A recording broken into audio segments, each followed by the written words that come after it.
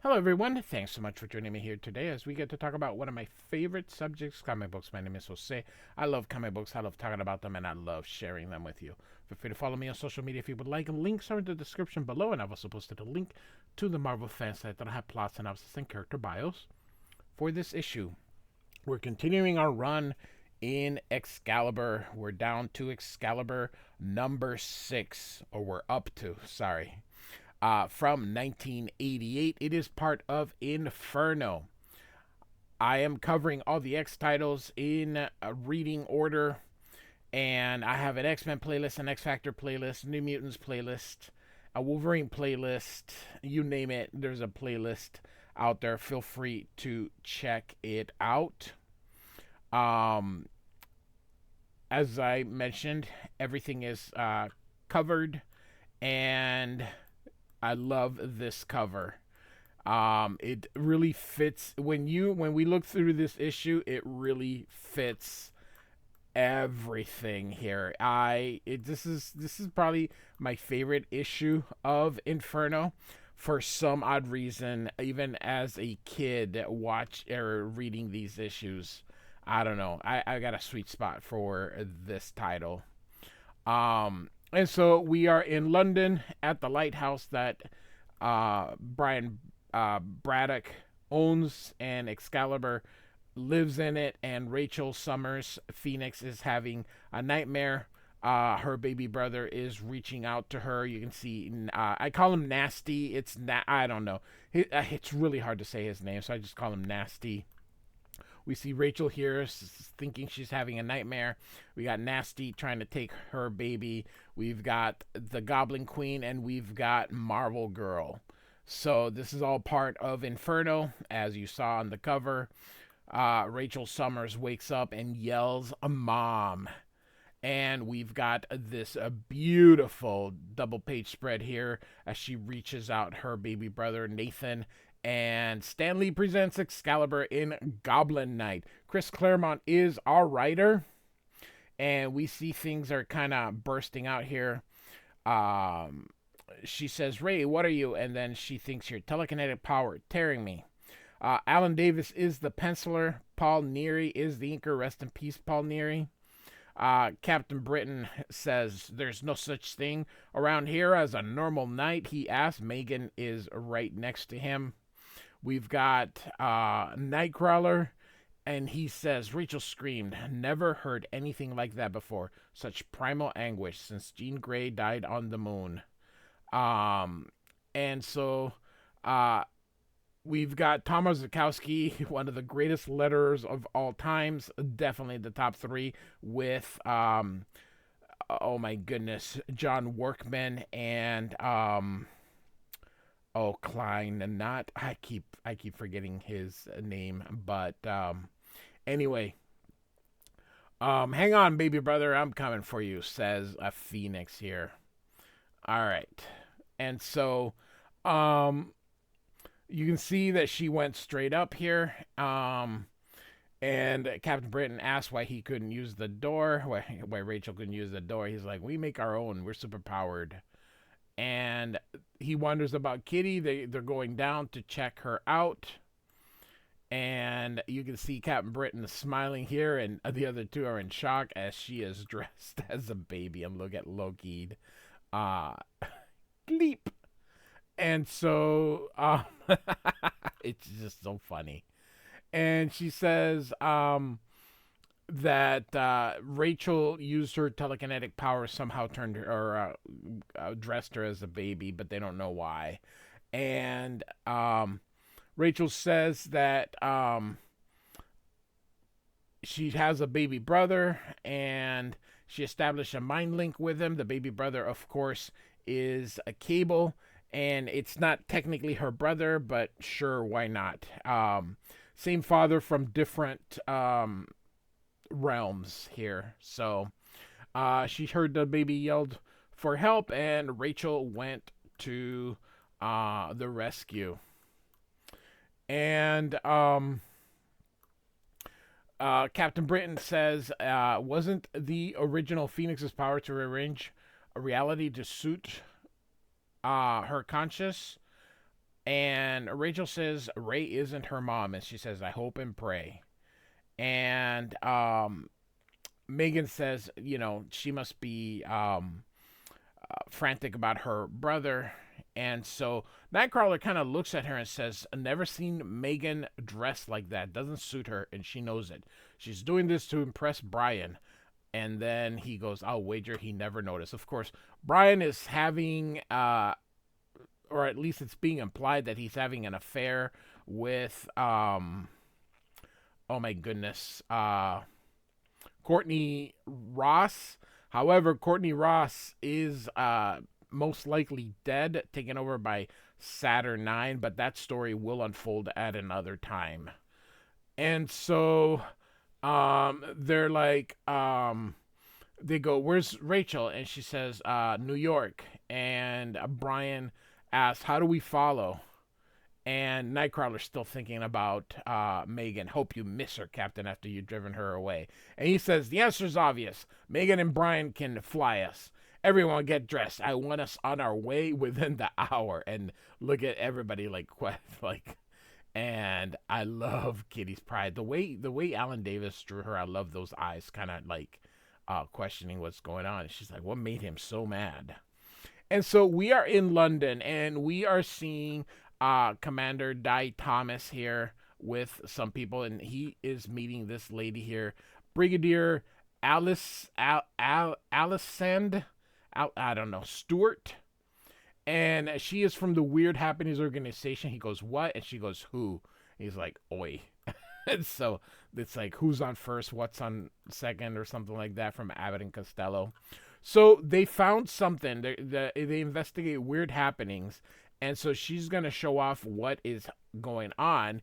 And this train has shown up here.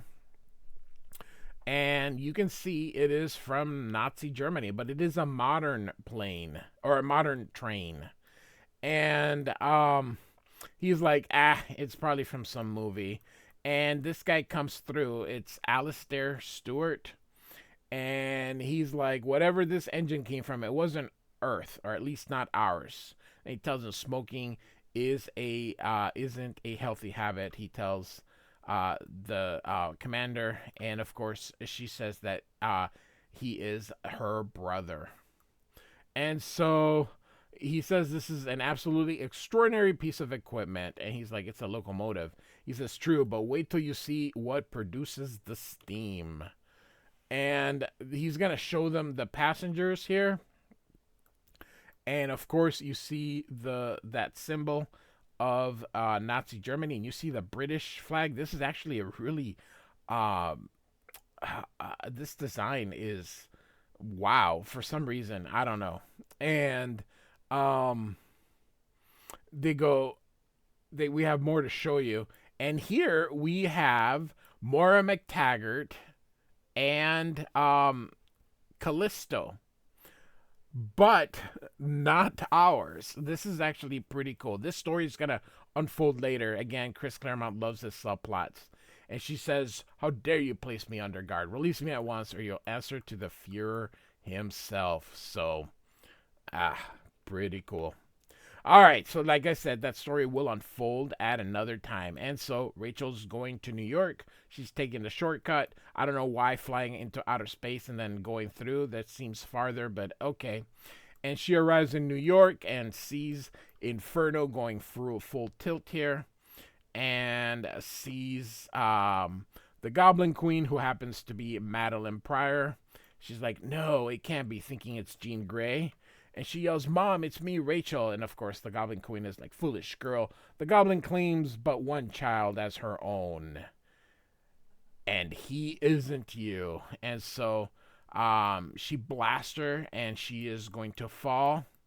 And then the demons throw her into the wall. But the wall, of course, this is Inferno. And it is people dragging her in.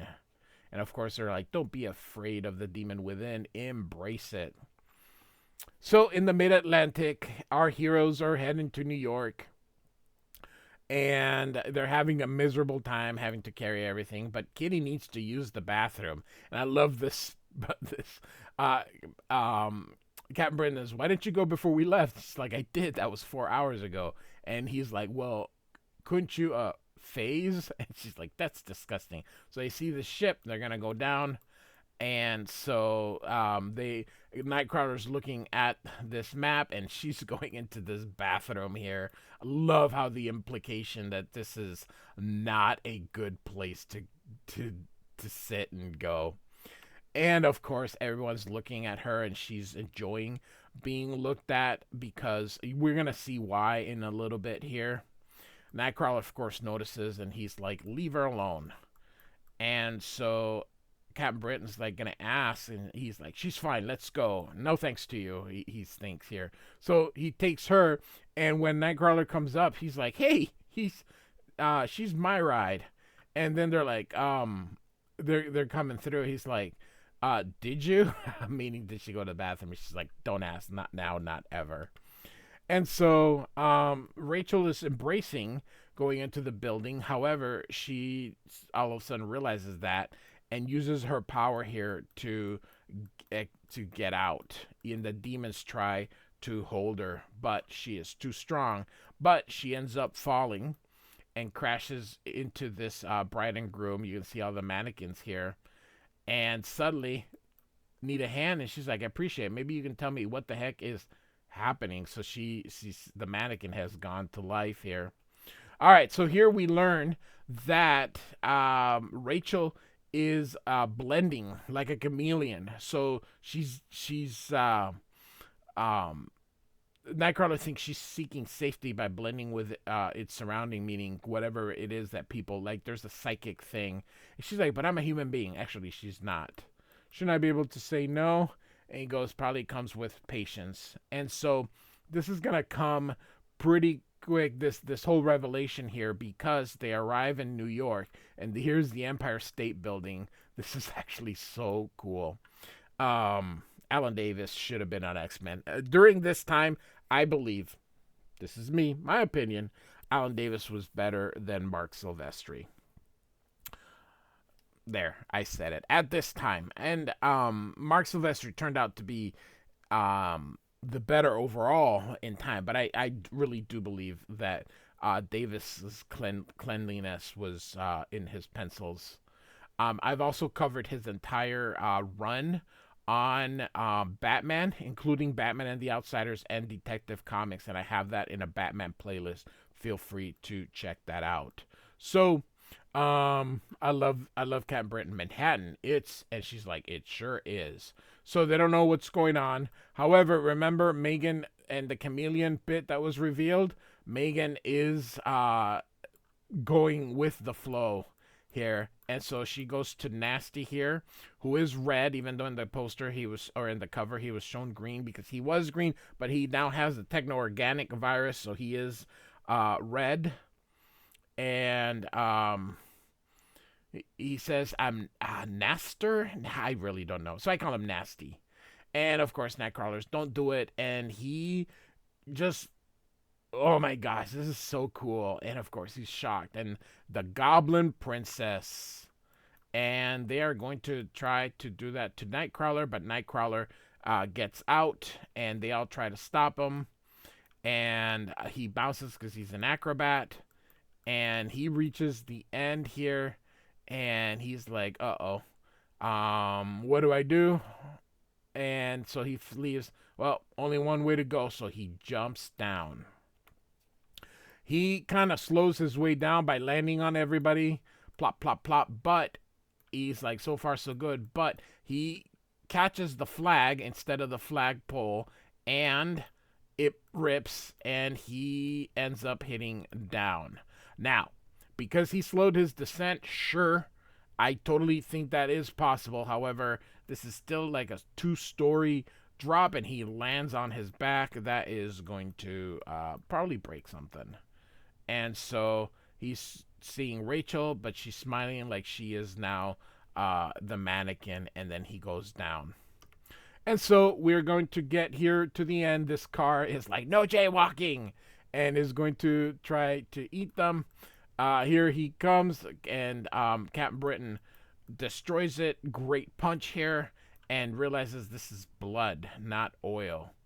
And something here says, "Poor darling, you sound so shocked." And he's like, "Bless my soul." And these two are like, "Keep running, dear." And Kitty's like, "Oh, I have a bad feeling about this." And so it is the Goblin Princess here, Megan, and she's gonna use her powers now to get him into film, and she's gonna try to phase him, but she yanks him out of reach, and so she's gonna go in there, but something happens here. She's like, something's going wrong, and so she's wakes up Afghanistan, but everybody's like designer shades, American faces. Everything looks weird. She's dressed like Rambo. If you don't know who Rambo is, go look at the 80s. And then we get the last panel here. Great panel here. And Cap Britton says, "So, girl, you would challenge the might of the Goblin Queen. But there's one penalty for such transgression. It is my most joyful duty as her champion to execute it by executing you." And he's dressed like Rambo and Freddy Krueger and Conan the Barbarian and the Terminator and anything else here. And so next, Goblin Dawn, as Kitty Pryde is about to face Captain Britain. So Shadow Cat and Captain Britain ought to be cool. So Excalibur number 6, Chris Claremont, Alan Davis with Paul Neary. Like and subscribe. I do thank you so much for listening. Goodbye.